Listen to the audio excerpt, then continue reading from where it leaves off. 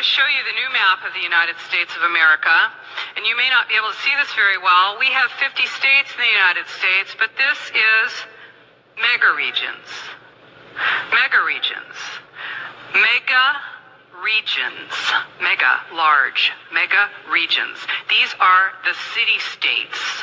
These are large cities that are being made larger. Now, remember I told you that the gray area is the wildlands. That's going to be the area that no one will have access to. And you know, I haven't told you anything about myself. I was a legal witness, an expert witness in land use and land valuation for my government, for the State Department of Transportation. Expert witness, testified in court.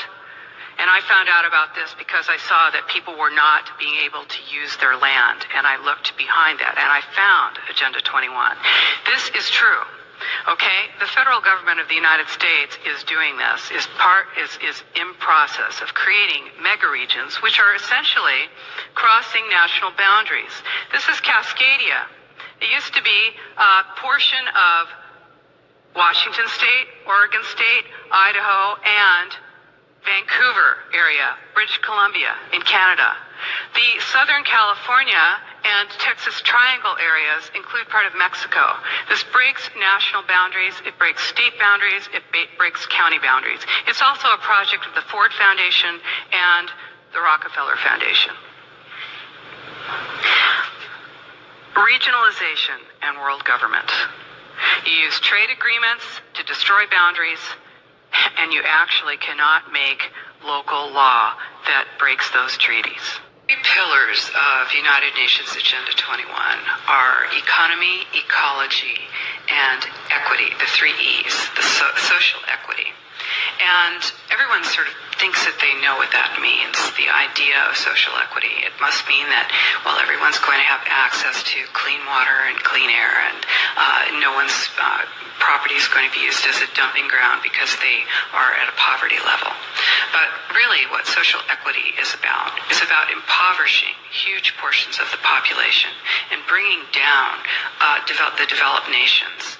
And while this sounds like, you know, it sounds almost like in the United States you'd call that a right-wing point of view, a conservative right-wing point of view. I personally am a liberal. The idea that that something this drastic, this radical would be happening worldwide without people knowing it. All you have to do is look at austerity measures, restrictions on transfers of wealth, additional restrictions on land use, ability, to produce, to use your energy, your water, your industry.